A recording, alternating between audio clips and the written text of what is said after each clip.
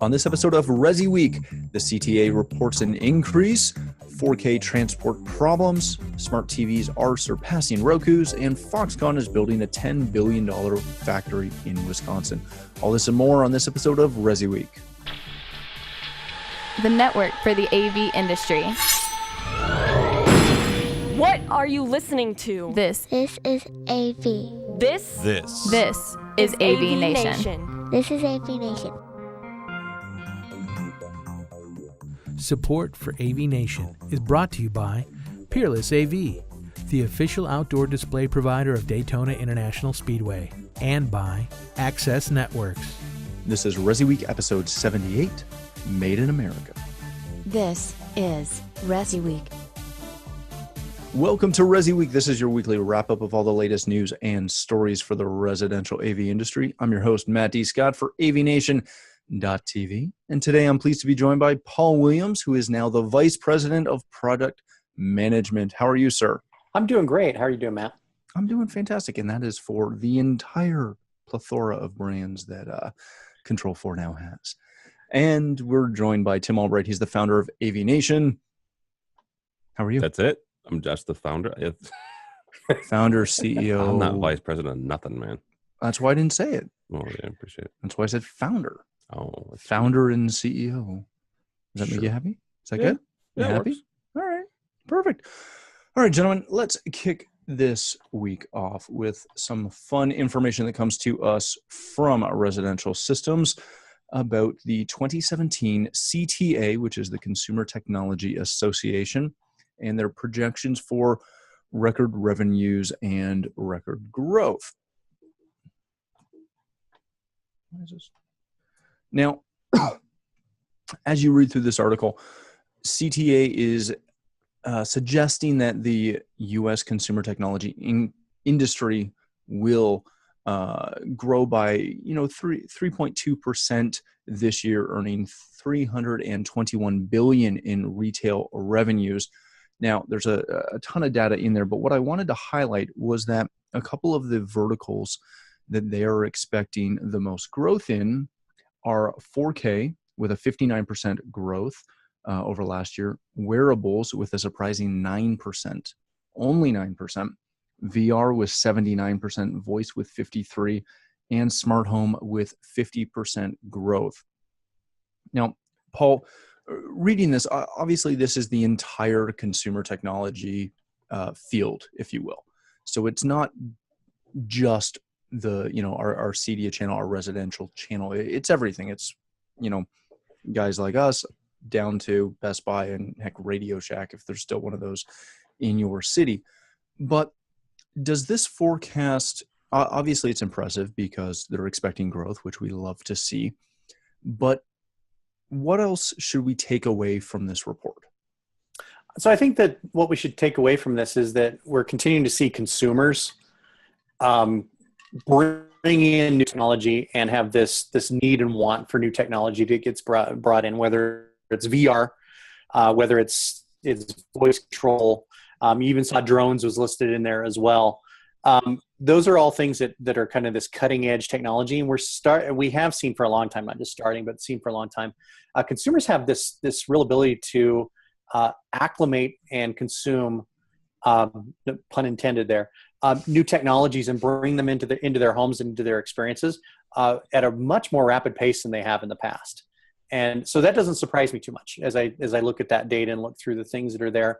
The growth that they're showing in some of those categories is huge. I mean, there's some big ones in there for sure that we're seeing to grow. But I think what it says to me is that it just kind of reaffirms to me what we've been saying, which is the consumer's ability to take this technology and then to purchase it. And I think that's the key for the manufacturers is bring it in, pay money for it, bring it into their lives.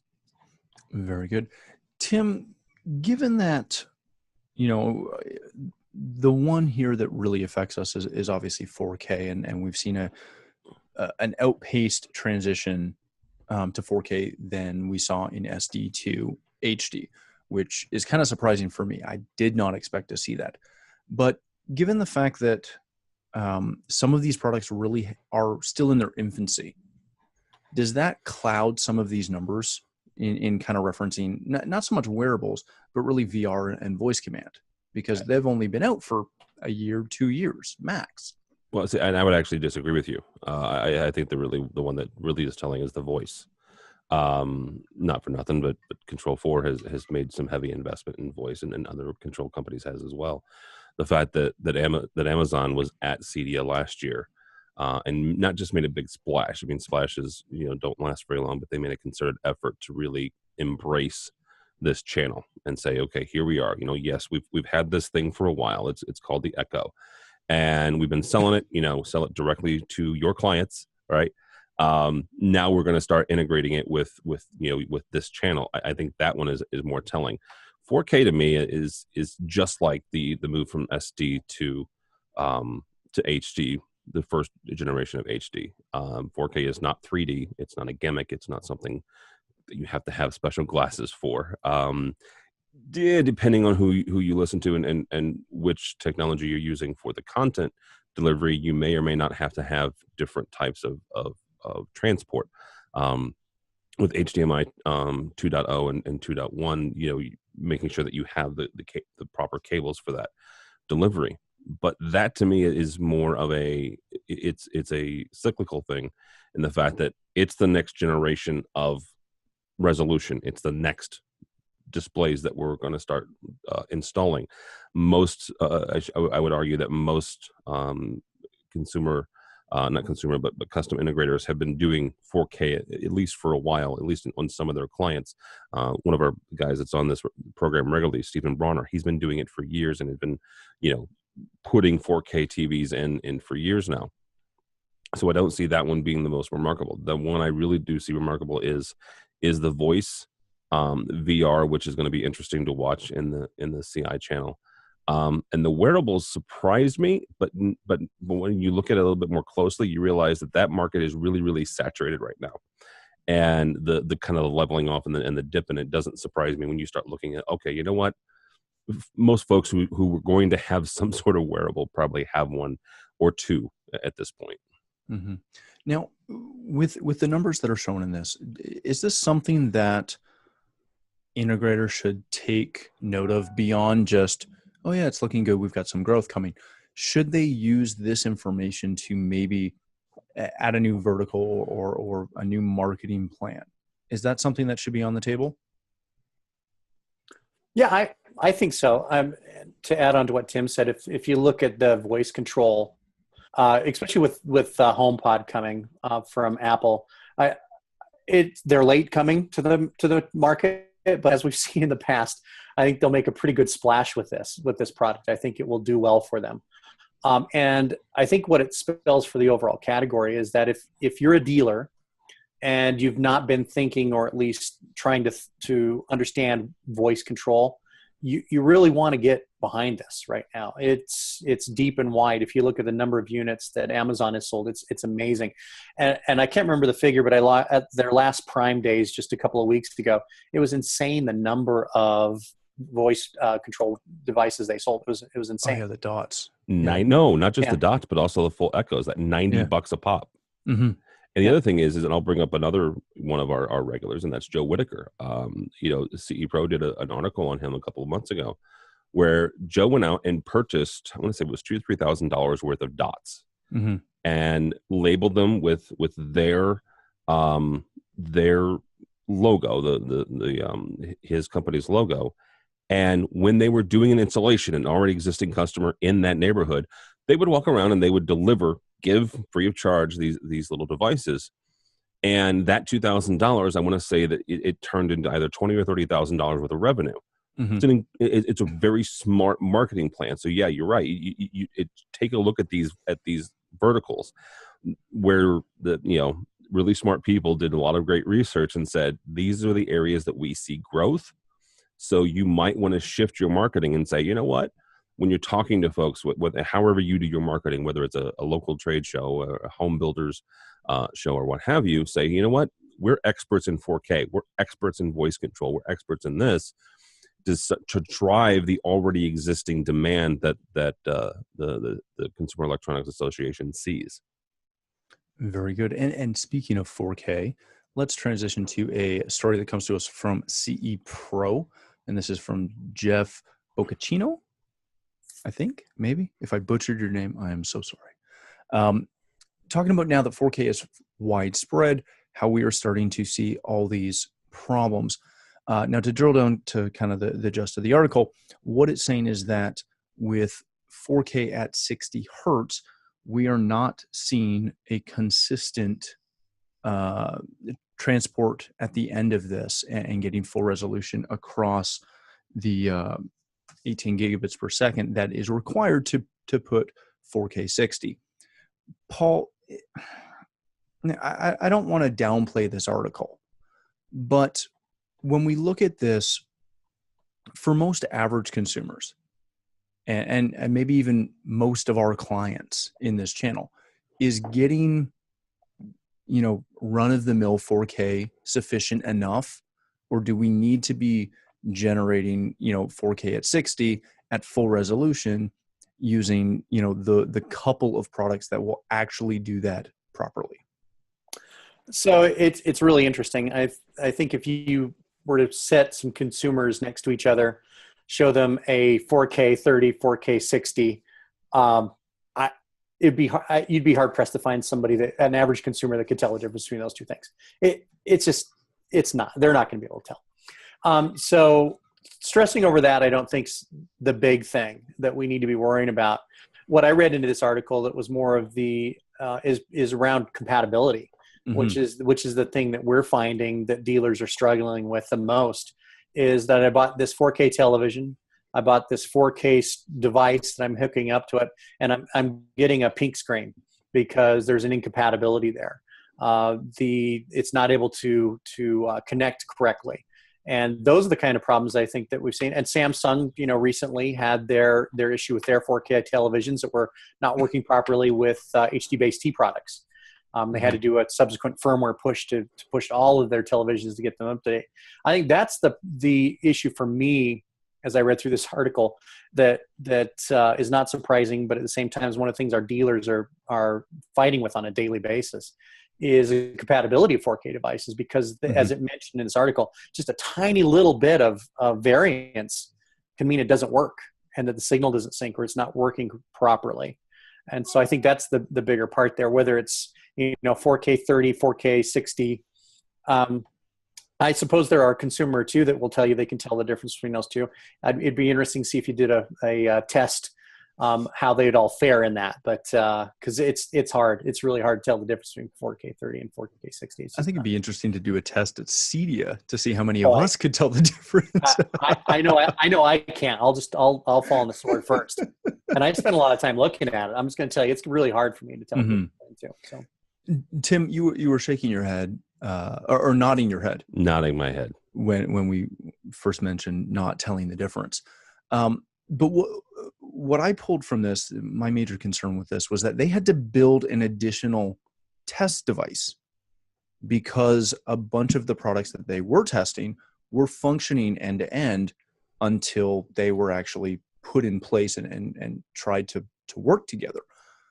How disconcerting should that be for an integrator who maybe has a Tektronix or some form of HDMI tester that can verify 4K, but may not verify it properly, I guess?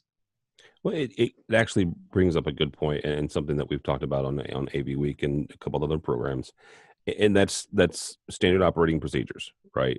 Best practice is to build your systems in your warehouse or someplace offsite.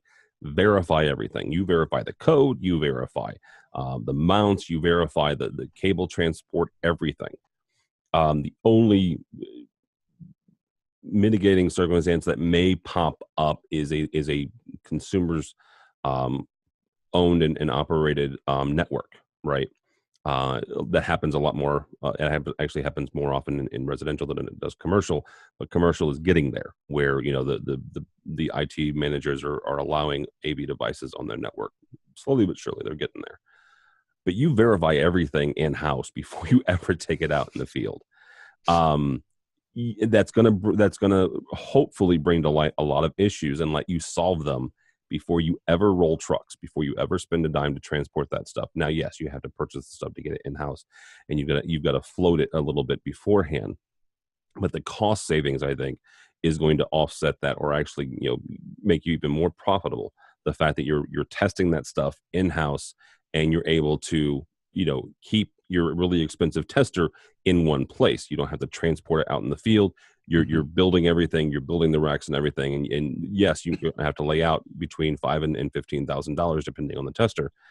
But if you build everything in the warehouse, you can have that really expensive test gear live in one place. You build it out, and then you test it with this system. Okay, this one's verified now. This one works, and then you take it to the next system that you're building for the next client. Very good. Keeping with the 4K trend and smart TV trend, let's go to an article that comes to us from twice.com on smart TVs are nudging Roku and Chromecast aside. Now, what's interesting with this is, one, that Apple TV does not even make the title. As you scroll down, you'll see that the number of people in the U.S. who are expected to use a smart TV is going to rise around 10% from last year. And what they're finding, the firm that did this study, eMarketer, is that fewer people are using their secondary connected devices like Rokus and Fire Sticks and Apple TV and Chromecast over they'd rather use the built-in products which are within the sets. Now, the two things out of this that I found very interesting was, one, how far behind Apple has languished.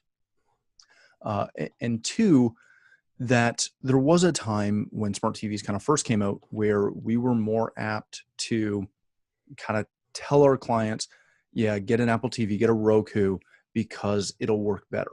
It'll function at a higher level than the smart TV, the interface or the skin that's in that TV. You will like that interface more. And we're obviously now seeing a shift from that. Paul, what does that mean for integrators as this shift is going? Because obviously on a Roku or Chromecast or any of those, it's not like we actually made money on the hardware. If anything, there was a little bit of programming, but that's it. What does this mean for integrators? How does this affect our business? So I think it affects us in several different ways. The first one is that I do believe it certainly simplifies the installation. You have another product that's in the chain there that can go bad, power gets disconnected, the cord gets disconnected. There's one more thing as an integrator I have to worry about securing and make sure it's working. And it's another thing that has to be rebooted when stuff just doesn't work. So it's one of those other pieces where I've got to tell the consumer how they reboot the Roku box to get it to work correctly. So I think it affects us in that way. I think it simplifies those installations. It also makes it so that we need to make sure that, especially if we're using a third-party control device like Control 4, for example, that what we're doing is we're making sure that that user interface can be accessible from the native controls of that control system. I need to be able to navigate through the television's user interface to be able to get Roku to get the television to go to Netflix and to select the movie that I'm looking for, or to give to a search window so that I can actually then keypad input what I'm searching for in Netflix or wherever it is I'm streaming my media. And so those two things are important for dealers to keep track of. I don't look at it as a bad thing. I think this is a good shift. I think it's a shift of where the technology has gone. We all know that the video content has moved from classically NAS drives and a home network to I have instantaneous access to anything I want, and I don't have to store it, and it doesn't have to be here, and I'm okay with that. I'm okay with not even potentially even owning that content. What wasn't mentioned in here is the interesting play that Roku. I think they're smart. I think they looked and they've seen this trend. Or at least have foreseen that it's going to happen here. And they've been working really hard with television manufacturers to get their system put into those televisions. So it's Roku built into the television. Mm-hmm. I think that's a smart move. I think that's what you need to do to be able to stay alive in here. I do think it's also interesting that Apple TV is not even mentioned in the article as well. I think that you pointed that out accurately. This is one of those things back to our previous comment. It'll be interesting to see, because they were not necessarily the first mover in this category, and they weren't able to take this over. Will they be able to in that voice control? And not to take us back, but interesting juxtapose here. This is why I like having Paul on, because he and I are on the same mind when it comes to voice control. Very good. Tim, and just before I get to you, I will say that probably one of the big things, and it's mentioned in the article as well, the issue that Apple has is it is not 4K, it's 1080p. It does not have a gigabit NIC card in it. It also is starting up here in Canada. It starts at $200. In the States, I believe it's $150, which is significantly more than a off-the-shelf Roku. But Tim, I think what I find really interesting about the smart TV concept, whether it has Roku built in or not, is the ability to now install pretty much anything on your TV. Our guys did an install last week with a brand new Sony 4K, and the client, before we had the rack finished, was installing Kodi so he could stream some cricket matches that he can't seem to pay for in Canada.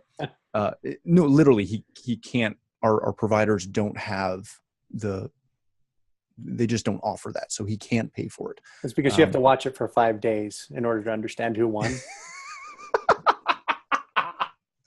I'm going to get hate mail from Terry on that one. But Tim, where does this shift go from here? Well, actually, it brings up a really good point, and that is that's what I'm here for. To bring up it does. You bring up good points.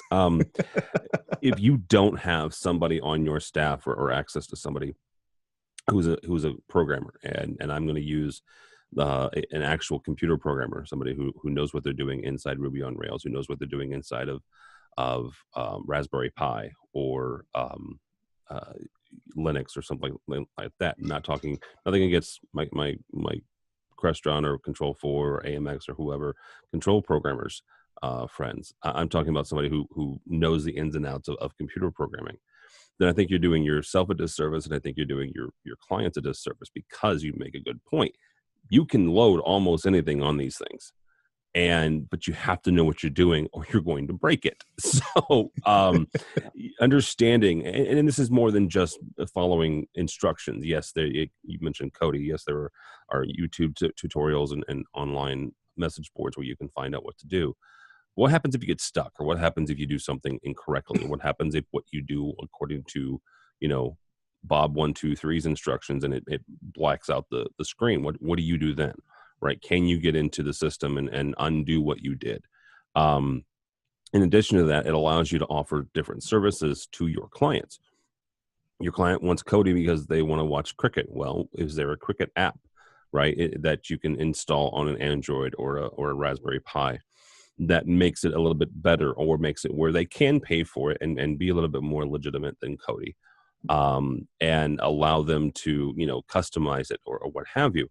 Having a programmer on staff, or at least access to one, gives you the opportunity to offer your clients a little bit more than just buying it off the rack and then downloading some random piece of software they found online.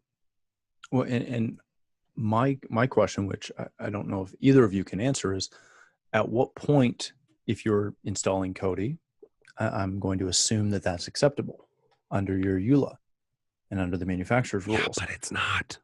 I'm sure. I don't know. I don't know. But if you have a programmer who does Ruby on Rails or whatever else is, or can program Android, which is the OS in the Sonys, at what point are you violating those terms of service as well? I would argue, and I would guess that, and I guess it's a guess, I haven't looked at the EULA for Sonys, that Kodi would have probably a larger opportunity to violate the EULA than just updating or programming something for I'm just Android. saying. I'm not saying you're wrong. I'm just throwing it out there. All right, let's hit our last story real quick. Thank you. And then we'll go, because Tim doesn't want to talk about that one anymore. If you missed it, Wisconsin is dropping a $3 billion tax subsidy for Foxconn. This comes to us from the New York Times. And essentially, Foxconn is planning to build a $10 billion factory in the lovely state of Wisconsin, just up the road from where Tim is. Now, I don't want to get into too much of this. I don't want to get into the politics of it for sure. But my question is, as integrators, do we follow? Do we care? Does the fact that Foxconn is planning to open a new plant and build panels and displays in North America, does that have any bearing on our market at all, Paul? Only if it affects price. That's, I think, where it comes into play. There's something to be said about made in America, that for some certain small group of people that are looking at that, I should say that not lightly. Some people do care about that, and if it says "Made in America," they're going to be USA. They're going to be happy with that, and that's going to be the cornerstone. But at what price? At what price do you say, you know what, I'm okay paying for it to be built in America? If it's 5% more, is it 30% more? And what is the price at which I'm willing to accept that for that moniker? And so for me, it's really at the end of the day going to come down to the pricing. Does it affect price? And does it affect price on those categories? And if it doesn't, I don't see it moving the needle that much, quite honestly. Tim, we've talked about this whole concept of building products in North America or in the US or in Mexico, and how that can potentially affect pricing with either the lack of shipping costs or the availability.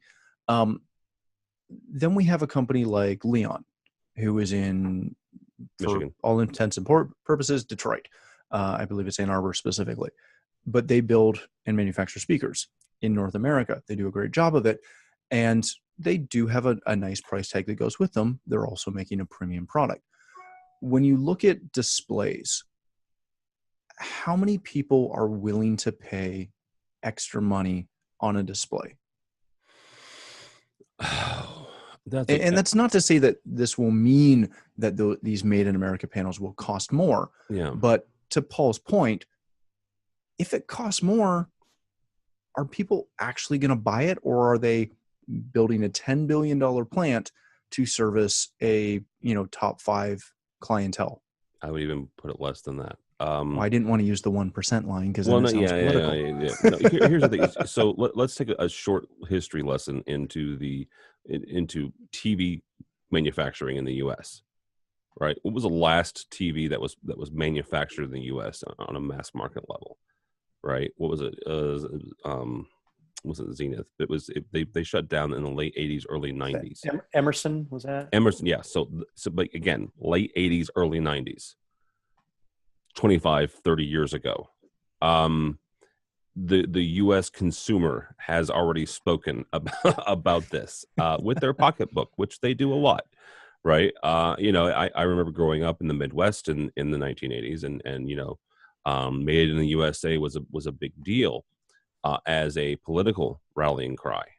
But when it comes to the real voting booth, and that's when people pull out their wallets and vote with their money, people were buying Japanese and Korean cars. They were buying electronics, hand over fist, that were not made here. Now, does it help from a political standpoint? Absolutely.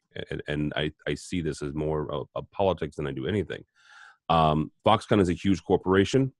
They're really smart folks that know how to make electronics, and they know how to make them well, and they know how to make them as inexpensively as possible. Mm-hmm. These are the folks that took over Sharp, for crying out loud. These are the folks that make your iPhone screens. These are not stupid people. So they're making a business decision, not a political decision. The politicians in this country, both sides, will take that and say, look what we can do for the American worker, and that's great. There's going to be however many thousands of jobs for the residents of Wisconsin. Good for them. But as far as will this make an impact, or will this help move the needle? Probably not. Very good. All right, gentlemen, that's all the time we have today. Thank you so much for joining us.